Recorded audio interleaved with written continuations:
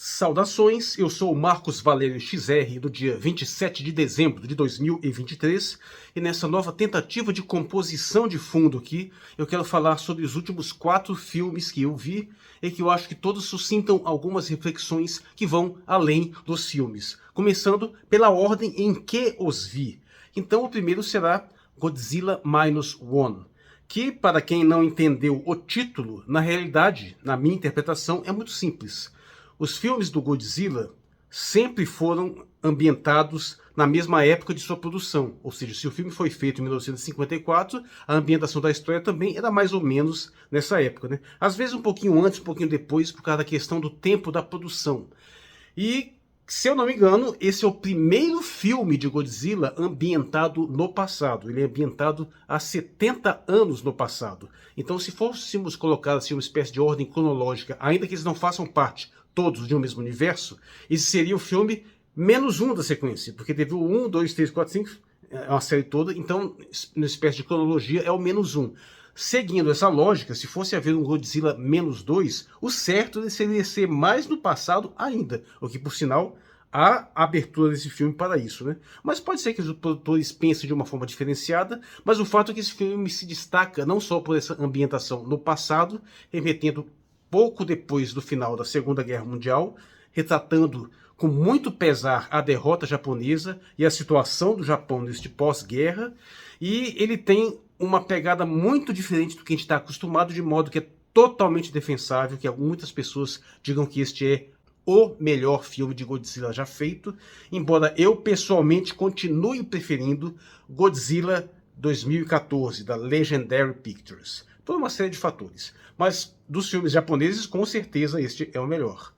E não é para menos. Primeiro porque os efeitos especiais são bem mais sofisticados e eles finalmente abandonaram aquele diabo daquelas fantasias de borracha, né? Um sujeito vestindo lá aquela coisa bizarra. Eles finalmente superaram isso. Foi feito em computação gráfica. No entanto, num estilo artístico que ainda remete uma certa conexão com aquelas fantasias antigas, né? De modo que ele tem um visual bastante diferente do Godzilla americano, não só no seu design, mas também uma espécie de técnica de fotografia, entre aspas, né, de computação gráfica, que dá uma impressão diferenciada e muito boa, ainda que um pouco, em alguns pontos, um pouco menos realistas, mais pelo design, mas em outros pontos tão ou mais realistas do que o outro.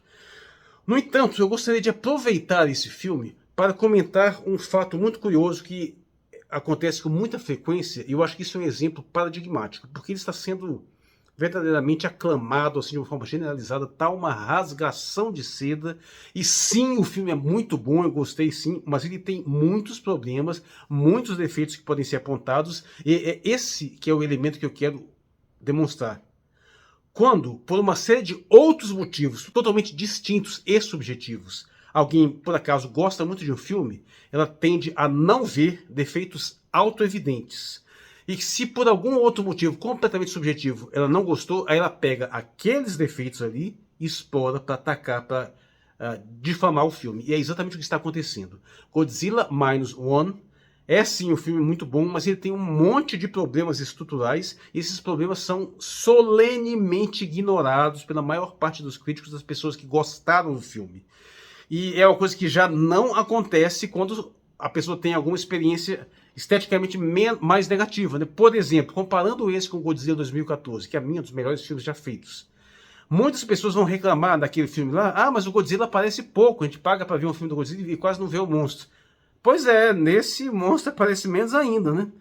E, embora eu não tenha feito uma quantificação precisa, o fato é que no filme anterior, ainda que o Godzilla em si aparecesse relativamente pouco, tinha os outros monstros, né? De modo que, inequivocamente, o total de monstros no filme de Godzilla 2014, com certeza o tempo de tela deles é maior do que nesse Godzilla atual. Então, mas aí você vê que isso já não preocupa as pessoas. E veja só, esse filme ele tem um período inicial, após a primeira aparição do Godzilla numa versão mais fraca, né? Uma coisa que faz você pensar se realmente o protagonista do filme tivesse tomado coragem de atirar no bicho com as metralhadoras do avião de caça, talvez até tivesse realmente morrido. Mas depois da sequência inicial, o filme passa um tempão caracterizando aquele drama do pós-guerra japonês, que é muito bom, mas é extremamente arrastado, e durante um momento você até, putz, esse é um filme do Godzilla mesmo, realmente? Se ele tivesse aparecido antes, era capaz de muita gente desistir, porque ele se estica durante muito tempo, explorando aquele drama que é muito comovente, é o drama de pessoas que sobreviveram à guerra, que estão se juntando para tentar construir uma nova família, mas ele dá uma dinâmica extremamente centrada nesse drama, que o filme de 2014 também tinha. E as pessoas reclamaram disso no filme de 2014, que era muito arrastado, era muito drama de dramas humanos, e esse é mais ainda. Ou seja, então, para aí você ver que quando as pessoas, por algum motivo, gostam do filme, e não é por fatores objetivos, elas vão pegar, ver todos aqueles defeitos e vão ignorar. E quando, elas, por algum motivo, elas não gostam, aí elas pegam aqueles defeitos e exploram para tentar provar, por A mais B, que o filme é ruim. Veja só, o filme tem vários outros problemas, hein? Mas, no geral, a fotografia dele é muito boa. Tem uma vantagem inequívoca, que você vê o Godzilla com muita nitidez, ele aparece realmente à luz do dia, coisa que de 2014 ainda tinha aquele problema técnico de não conseguir ser muito convincente nas cenas claras, então a maior parte das cenas são escuras, coisa que só veio melhorar mesmo muito recentemente. Você já pode ver isso, por exemplo, na seriado da Apple, Monarch Legacy of Monsters. Aí você já vê o Godzilla em cenários bastante claros e com muita nitidez, né? Eu estou assistindo também esse Legacy of Monsters e é interessante. Eu tenho muitas críticas a ele também, mas eu não vou fazê-las aqui agora. Mas muitas pessoas questionaram uma série de outros fatores. Eu, por exemplo, não achei o plano para deter o Godzilla nem um pouco verossímil em momento algum, apesar de ser criativo e interessante, que a ideia é basicamente afundar o Godzilla para tentar matá-lo com a pressão do próprio oceano. E caso não desse certo, fazer ele subir rapidamente para tentar matá-lo pela despressurização. É muito curioso, porque uma coisa que eu também observo muito em filmes é uma coisa que eles nunca conseguiram desenvolver, que, no entanto, é massificado em videogames. É a ideia da insistência numa mesma abordagem. Porque que corresponde à realidade. Você tem uma porta, você deu um tiro na porta, a porta não caiu? Dá outro, dá outro. Talvez você não tenha munição suficiente. Mas se você tiver uma metralhadora de 10 centímetros, você destrói a porta, não tem como. A repetição da mesma abordagem tem efeito. Aquele famoso ditado, água mole em pedra dura, tanto bate até que fura, isso, evidentemente, corresponde à realidade física. No entanto, parece que ninguém nunca ocorreu promover essa insistência. O cara dá alguns tiros em alguma coisa, não funcionou, então desiste. E veja só, percebesse que nesse filme, desde o começo, o Godzilla era muito resistente, mas ele sentia os impactos. Foi possível ferir ele principalmente na parte interna. E ninguém ocorreu, bom, então vamos meter bala com o máximo, mais e mais ainda, para ver o que acontece. Não, ninguém pensa nisso. Eles já partem para uma abordagem totalmente diferente.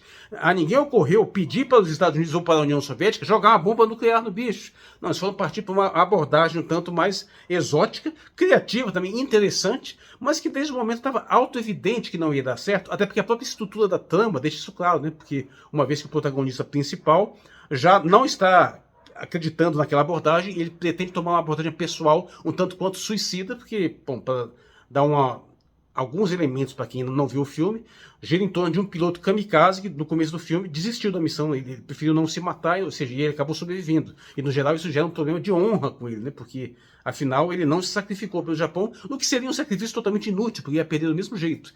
E isso meio que ficou preso nele, então ele pensa em fazer esse sacrifício adiante na luta contra o Godzilla. E a sequência final é muito interessante, utiliza-se um avião japonês que de fato existiu, mas ele não chegou a entrar em operação.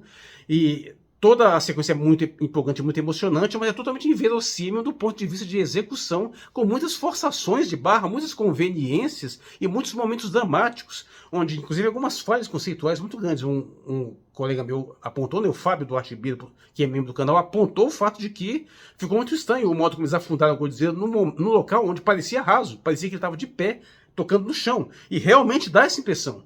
E por algum motivo ali seria um local onde teria mais de 2.000 metros de profundidade e realmente não pareceu. E só se ele fosse um pato, né? E conseguisse uma flutuabilidade, assim, de uma modo um pouco exótico, né? Mas tudo bem, esquecendo isso, promoveu esse afundamento extremamente rápido e aparentemente isso não matou ele lá, o pessoal percebeu isso. Então vamos subir de volta. Então teve o plano para fazer ele subir novamente. E isso aqui parou no meio do caminho. E aí tem toda uma operação que para tentar puxar ele de volta, um momento dramático onde um personagem que não foi permitido participar, de repente vem assim com um momento salvador, trazendo uma frota salvadora assim, e não se deram conta que você conseguia amarrar todos aqueles cabos, todos aqueles navios, ia demorar horas para fazer aquilo, eles fazem aquilo como se fosse instantaneamente. Para no final das contas não adiantar nada, porque vem o herói salvador com o avião, jogar a bomba dentro da boca do Godzilla no momento que está disparando o raio, e por algum motivo ele esperou o negócio chegar e se deixou atingir. Ou seja, e aqueles momentos dramáticos, não, fulano, não, não sei o quê. E para ter toda aquela dramaticidade, assim, coisas que meio forçadas, né? E no final das contas o sujeito ainda, o spoiler aqui, né, acaba nem morrendo de fato, e a moça também não ter morrido.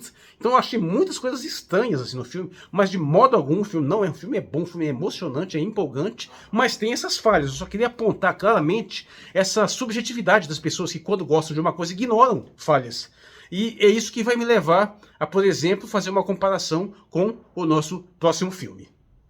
E eis que finalmente encerrou-se o universo DC no cinema, que foi inicialmente tocado por Zack Snyder. Aquaman 2 traz o último capítulo, entre aspas, da saga, né? Apesar de ele bem mais desconectado do universo em si do que, por exemplo, foi o filme do Flash.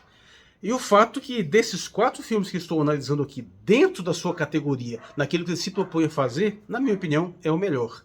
Porque ele entrega tudo o que promete em altíssimo nível. Aquaman 2 é um filme que me surpreendeu positivamente em inúmeros aspectos. É um filme excelente. Eu fiquei verdadeiramente, eu não esperava que fosse tão bom, até pelo fato de eu ter visto muitas críticas negativas, né? E aí eu já aponto. E aí tá um detalhe. Por algum motivo muita gente não gostou e aponta um monte de defeitos que vêm assim, que provavelmente teriam ignorado se tivessem gostado do filme. Basta comparar que Aquaman, o primeiro filme, fez um sucesso estrondoso. E esse não está fazendo, mas não é um problema dele, porque nós vimos que teve uma fase péssima para os filmes de super-heróis, que já não é de hoje. Algumas porcarias provavelmente são responsáveis, coisas como, por exemplo, Shazam, Fúria dos Deuses, que é uma coisa horrível, eu comentei ele aqui, um filme detestável. O Quantum Mania, né, Homem-Formiga 3, que, nossa, que é outra porcaria. Talvez esses filmes tenham queimado o filme dos filmes de super-herói e gerado uma reação em cadeia que depois foi ferrando todos os outros. E aí ferrou com o Flash, e aí ferrou também até com as Marvels, que também não é lá essas coisas, e ferrou também com o Besouro Azul, que eu achei um filme excessivamente ousado, você tentar lançar um personagem quase desconhecido do público numa situação dessa, que foi uma aposta totalmente equivocada, apesar que o filme é legal também, eu gostei, e acabou prejudicando também aqui o Aquaman 2, né? Embora este ainda tenha chance de recuperação, especialmente no mercado chinês. E eu espero que tenha, porque sinceramente, que filme fantástico. A ação é formidável, os efeitos especiais são maravilhosos, mas talvez um dos motivos que tenha desagradado, especialmente a crítica especializada, é o fato de que, primeiro, não é um filme lacrador, né? Ele não tem pegação ideológica, pelo contrário, ele é 100% pró-família. Nós começamos já com o Aquaman como pai, com o bebezinho lá, criando o filho dele com a ajuda do avô também, mas com a participação da mãe, que é a Mera, a personagem da Amber Heard, não foi tirada do filme, ela tem participação ampla, tem um momento que ela de fato ela fica de fora, mas não fazia sentido ela participar, de fato a narrativa não exigia isso, mas ela parece amplamente estar presente, não só no papel da mãe da criança lá, que ela está sempre protegendo, mas também da esposa da Aquaman e da rainha de Atlântida, muito ativa. A personagem da Nicole Kidman está lá, que é a mãe do Aquaman, e tem todo esse entrelaçamento familiar tá dado ali. E é curioso notar que até mesmo o vilão tem uma grande motivação também familiar, porque afinal o Aquaman deixou o pai dele morrer. E mais ainda, para que se consiga capturar esse vilão, é preciso trazer de volta o personagem do Orm, né, que é o irmão do Aquaman, e a trama primordial desse filme é fazer com que esses irmãos que foram inimigos agora se reconciliem num objetivo comum, e isso é muito interessante, é muito bacana de se ver, enquanto se desenvolve uma série de tramas, de paralelas, assim, com muitas situações que a única coisa que o único defeito que eu aponto é que algumas piadas, acho que foram um pouco forçadas, né? Mas nada que realmente prejudique o filme, porque esse já era a tônica dominante desde o filme anterior, com exceção de alguns momentos onde ele foram mais tensos, que também tem alguns momentos mais tensos nesse. Então, nesse sentido, tudo é muito bem desenvolvido, é muito bem encaixado. Fiquei fascinado com as tecnologias. Aquele submarino polvo foi uma das coisas mais massas que eu já vi no cinema, que veículo fantástico, é uma coisa assim fascinante. O visual todo é muito lindo também, Atlantis continua muito bonito.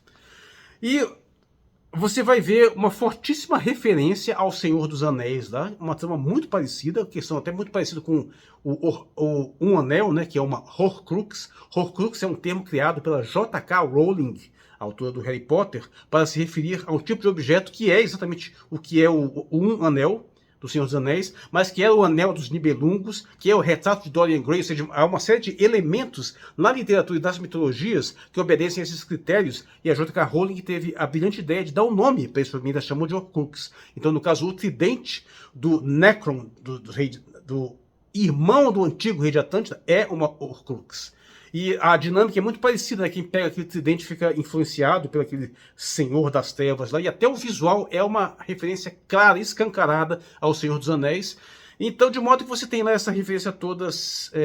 Aquaman, com aquela ação ficção científica formidável, submarina, com referências claras ao Senhor dos Anéis e muitas referências assumidas. Ele fala em Harry Potter, fala do universo Marvel, o Aquaman compara ele e o irmão dele ao Thor e ao Loki, e tem todas as referências. O filme tem muita piada que eu acho que funcionou bem, e no final ele finaliza com uma espécie de situação assim que é uma clara despedida, quase uma festa de despedida, com uma ruptura, assim, uma festa de fechamento do universo, meio que uma desconexão dos elementos primordiais, que muitos críticos falam mal. Inclusive, o meu crítico de cinema favorito do YouTube, da Lenogari, falou muito mal do filme nesse sentido. Eu discordo totalmente. Eu acho que fechou com chave de ouro o universo Snyder nos cinemas, que também foi muito bem desenvolvido pelo Flash, né?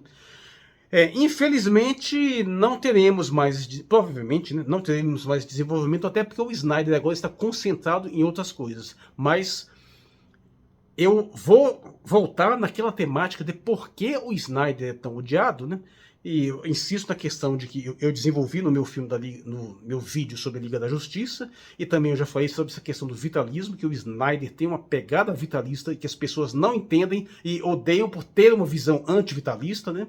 Mas é claro que, por ter falado em Snyder, nós vamos ter que então conectar com o próximo filme, que é o esperadíssimo Rebel 1, que é a coisa que ele está se ocupando agora, e provavelmente já desconectou, já se rompeu com o universo DC, não vai mais mexer com isso, nos deixou aquele maravilhoso, magnífico Liga da Justiça dele, e a questão agora é que ele vai se dedicar mais a Rebel Moon, que é o nosso próximo assunto.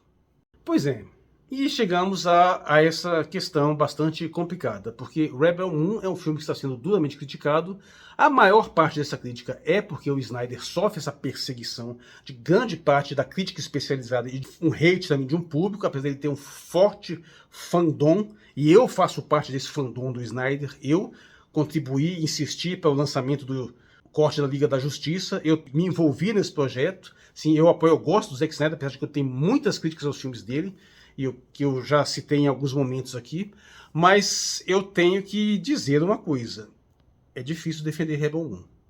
Infelizmente, me decepcionou bastante, e por motivos perfeitamente compreensíveis, porque, sabe-se lá por quê, decidiram lançar uma versão simplificada, já anunciando que vai ter uma versão estendida do diretor, que é uma coisa que faz perfeito sentido nos cinemas, porque existe uma tensão com as produtoras, mas no streaming isso não faz sentido, meu amigo. O streaming é exatamente para você ter uma versão mais autoral do filme, porque você não tem o problema de tempo de exibição, de tempo de execução, de valor do ingresso, você não tem nada disso.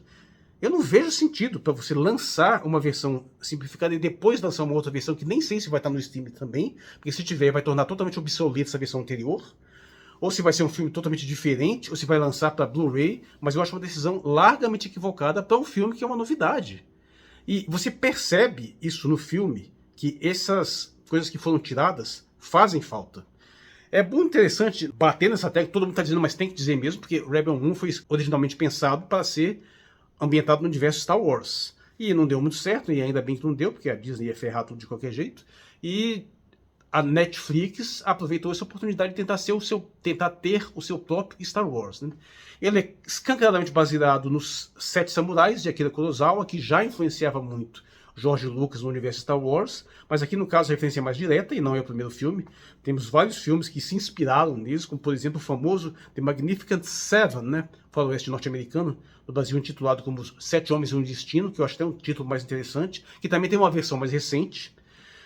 Teve também uma versão ficção científica, que era Battle Beyond Stars, do famoso diretor de filmes B, Roger Corman, no Brasil intitulado Mercenários das Galáxias, né?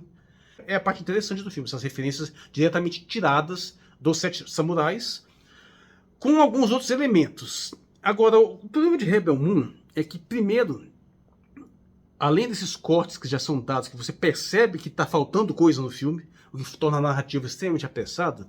O problema é que ele é basicamente clichê. Ele, além desses elementos que já são estruturais, já são simbólicos, já são inspirações de outras fontes, tudo que é desenvolvido no filme é muito previsível.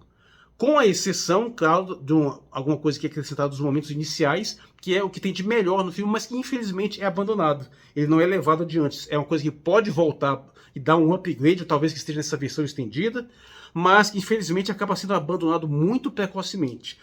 Ainda assim, não, de longe de ser um filme ruim, mas o filme deixou muito a desejar. Os efeitos especiais, as sequências de ações estão bacanas, estão ok. Não faz sentido, por exemplo, eu questionar a problemática de sempre da ser uma retratação que não é ficção científica, é fantasia travestida, mas isso aí Star Wars é assim mesmo, então isso aí não seria uma crítica justa. O que pode apostar que pessoas que odiaram o filme vão utilizar isso apesar de ignorar isso quando acontece na maioria dos outros filmes. Mas ficou uma série de questões muito problemáticas, a não ser talvez uma possibilidade que eu vislumbrei aí, que se isso for desenvolvido, vai ser revolucionário. Mas eu vou deixar para abordar esse tema um pouquinho mais para frente. Por enquanto, vamos nos ater à trama principal, né? O que me incomoda é especialmente o maniqueísmo. Evidentemente, é uma crítica ao imperialismo, frequentemente é colocado. Você tem um império galáctico lá que vai invadindo todos os países e tomando todos dos outros, então tem essa crítica embutida, mas infelizmente a retratação do império, observe que o império é maligno, não por uma questão das coisas que ele faz assim de uma forma mais ampla, mais profunda, da cultura que ele traz, das mudanças de hábito, do sistema econômico, do sistema político. Não. Ele é mau porque os caras são muito maus, extremamente maniqueísta. Os sujeitos chegam lá na aldeia e cometem brutalidades completamente injustificáveis. Então observe, você não consegue passar e explicar por que, em linhas políticas, em linhas ideológicas, em questões filosóficas, por que aquela força é maligna, a não ser fazendo com que os indivíduos que representam essa força cometam barbaridades grotescas sem o menor sentido. E isso, até em Star Wars, isso é um pouco mais atenuado, embora fique meio evidente também, afinal, Star Wars começa chamando o Império Galáctico de maligno. Aí tem aquela figura sinistra do Darth Vader e todas essas coisas lá que eles vão fazendo. E é isso que me preocupa muito, essa temática, porque quando você associa isso à questão geopolítica, especialmente à retratação dos Estados Unidos se vê como os heróis da ficção, mas evidentemente eles são os vilões, quando você o retrata como sendo o Império Global, o Império que ataca vários outros países, que invade todo mundo. Só que aí você, veja só, você trabalha no imaginário popular que o mal de uma força política não está naquelas coisas que ele traz, nas mudanças forçadas na estrutura cultural. Não está na mudança do modo de vida das pessoas. Mas é porque os sujeitos que fazem parte daquele império são muito maus, são muito malvadões e cometem brutalidades. Aí você, como na realidade não funciona assim, como o líder do Império Americano, o presidente, não é uma figura monstruosa, encapuzada, assim, deformada, e como, pelo menos, ainda que aconteça uma atrocidade aqui ou ali, isso não é uma coisa assim que é a caracterização primordial, você não vai ver abertamente chegando uma frota americana e desembarcando no lugar e brutalizando a população assim, de graça, sem mais nem menos. Então, isso gera uma espécie de ruptura na percepção do público, que passa a não entender o que realmente tem de problemático. O que tem de problemático no imperialismo norte-americano, meu amigo, é o fato de você forçar outras culturas, outras civilizações, outros povos a mudar os seus próprios valores e perderem o seu sentido existencial. Você percebe isso em Rebel Moon, no momento em que os aldeões ali explicam por que eles não estão interessados em novas tecnologias agrícolas, porque eles têm um motivo para agir daquela forma. Eles têm um sentido, uma relação com a terra, uma relação com aquele ambiente, uma relação simbólica. E isso os dá sentido existencial, eles estão vivendo bem. Mas chega uma força externa que quer mudar isso. E Estados Unidos faz isso. E todas as culturas sempre fizeram isso ao longo do mundo, embora eu acho que hoje a ruptura cultural é maior. E essa ruptura cultural, esse esvaziamento de sentido que enfraquece as tradições populares, enfraquece os valores nacionais, os valores familiares, enfraquece as tradições religiosas para substituir por uma mera dinâmica de mercado, uma questão de consumo, uma questão de você trabalhar infinitamente para enriquecer a pequena elite. Esse é o problema. Não é porque o sujeito chega aqui e sai matando, estuprando. Aí você gera essa percepção equivocada e você percebe isso até mesmo na questão histórica. Porque Por que o nazismo é tão repudiado, né? E você vê a estética de Rebel Moon, são claramente nazistas, né? Em Star Wars também já era, mas aqui é mais ainda. É repudiado porque eles cometeram brutalidades, mas ninguém explica o que era a ideologia, assim, qual que era a política, qual era a política econômica, como é que era a modalidade, a estrutura de sociedade, além da questão mais óbvia, assim, que é evidentemente demonizada por motivos compreensíveis, da questão do racismo. E aí se você educa toda uma população, uma geração, nesses valores cinematográficos de mentalidade maniqueísta, ela não é capaz mais de ver onde está o verdadeiro problema das coisas reais, que não se apresentam naquela estética maniqueísta básica. Então isso é um problema que, isso está vamos generalizado na produção cinematográfica, claro, mas eu acho que em Rebel Moon parece um pouquinho mais destacado, sem contar outros elementos que algumas pessoas reclamam muito, né? Por exemplo, os slow motions do Snyder nunca me incomodaram. Eu sempre achei que isso funcionava bem. Nesse eu já acho que incomoda um pouco. Algumas questões assim ficam um pouco forçadas, né? Algumas sequências que eu não vejo muita necessidade, que são muito violentas em alguns momentos, muito explícitas e muito bem feitas, em outros nem tanto. A questão do sujeito lá que é simplesmente... Você deixa uma unidade militar para controlar uma determinada população e põe um psicopata lá no meio que só faz merda. É contraproducente, porque se não tivesse aquele babaca ali, não tinha nem acontecido aquela rebelião. Por mais filha da puta que também fosse o líder que ficou lá, o superior em comando, ele ainda tinha assim um mínimo de sensibilidade, um mínimo de polidez para tentar administrar a situação. E também algumas outras coisas que, como por exemplo, você percebe desde o começo, no momento em que mostra aquele soldado ali, que você percebe, mas isso aí tem alguma coisa estranha. Aí você percebe que aquele cara é diferente, aquele soldado que vai se rebelar contra os seus próprios superiores e vai ajudar a moça lá na rebelião, né? De qualquer modo, eu ainda acho bastante interessante, mas com todos esses problemas a serem analisados, com uma narrativa muito apressada, por exemplo, a questão lá do rei Tark, né, aquele que monta lá o Griffon, né? Não deu para entender por que raio aquele cara decidiu fazer aquela aposta que praticamente entregou a liberdade dele. Aquilo me deu a impressão de corte, porque o cara decidiu apostar meio que contra si mesmo. Se a ideia da aposta tivesse vindo dos outros, faria até um certo sentido, mas acabou não fazendo muito. Então fica uma sequência meio gratuita, apesar de que eu simpatizei muito com todos os personagens, achei todos eles interessantes, todos eles comoventes. Mas ninguém supera, claro, o robô, que é mostrado lá no comecinho, que rouba a cena, mas que infelizmente nem ele, nem aquele soldado lá que se rebelou participam do restante do filme. Eu acho que se eles tiverem participando do filme todo, o filme seria muito melhor. Só no finalzinho que reaparece lá o robô, né?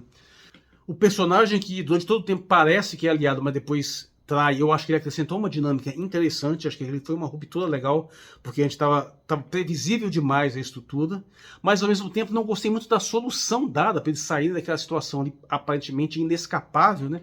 Não deu para entender por que quando o pessoal conseguiu fazer aquele movimento lá, o personagem que era o mais tímido, né, que está passando por um desenvolvimento pessoal, quando ele surpreendeu com aquela atitude que fez sentido, não deu para entender por que simplesmente não atiraram todo mundo que estava amarrado e deixaram a situação, a rebelião comer solto ali. E gostei menos ainda do fato de terem trazido de volta o vilão, que poderia muito bem ter morrido, que o vilão não fazia a menor falta, poderia colocar um outro muito mais interessante.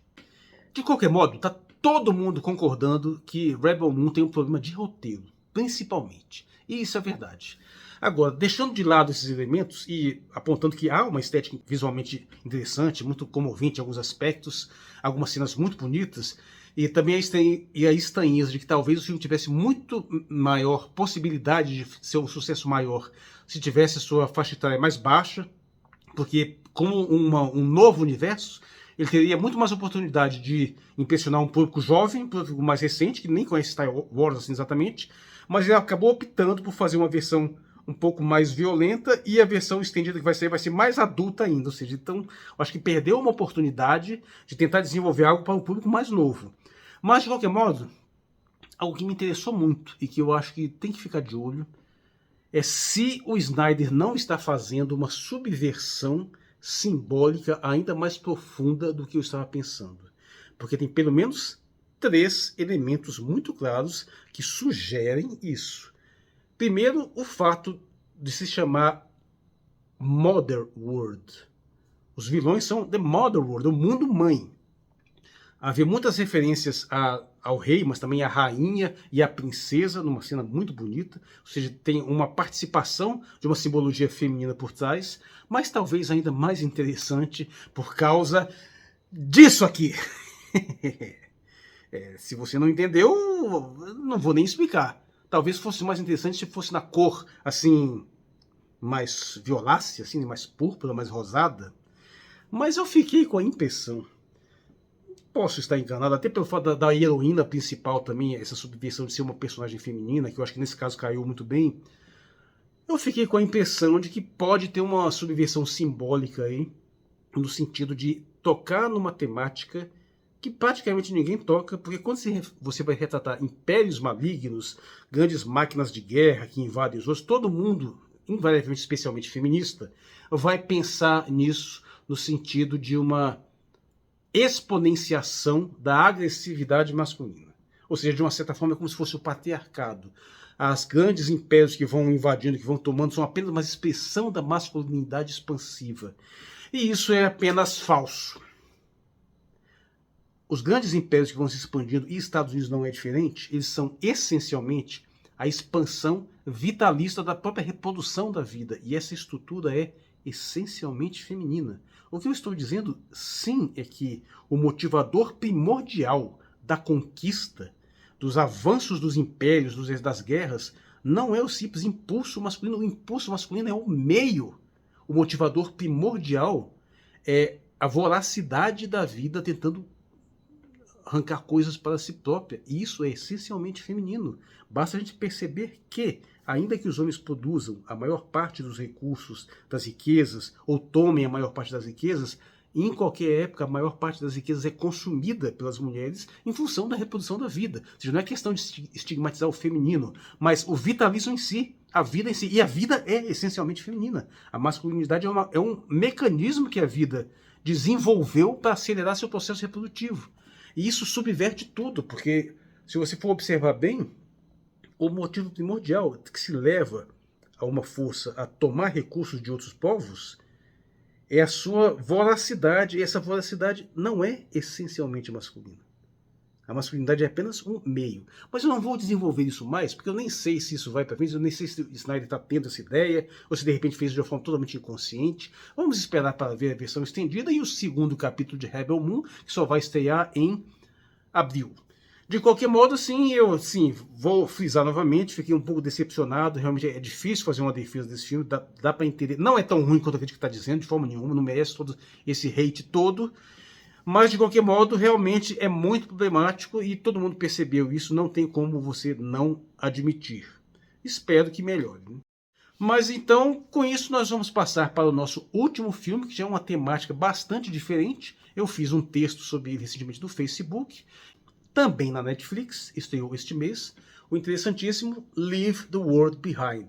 Um título que na versão em português foi colocado como O Mundo Depois de Nós, que eu acho uma péssima versão, porque até falsifica a ideia do filme. Até porque O Mundo Depois de Nós é muito parecido com uma série documental que tratava exatamente com essa ideia de o que acontecerá com o mundo depois que a humanidade desaparecer. E o tema não é esse, meu Deus do céu. O tema, o Leave the World Behind, está colocado desde o começo, que são pessoas que querem deixar o mundo, o caos da sociedade para trás para viver uma vida mais pacata e se dá aquela situação que de uma certa forma consumou esse desejo, apesar de que de uma forma não exatamente desejável, né?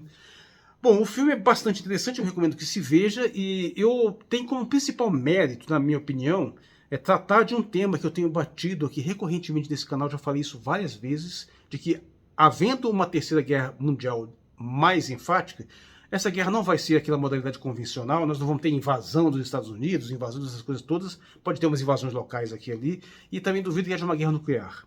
A principal ferramenta, meio de guerra, vai ser guerra informática, destruição de rede, destruição de sistema de comunicação.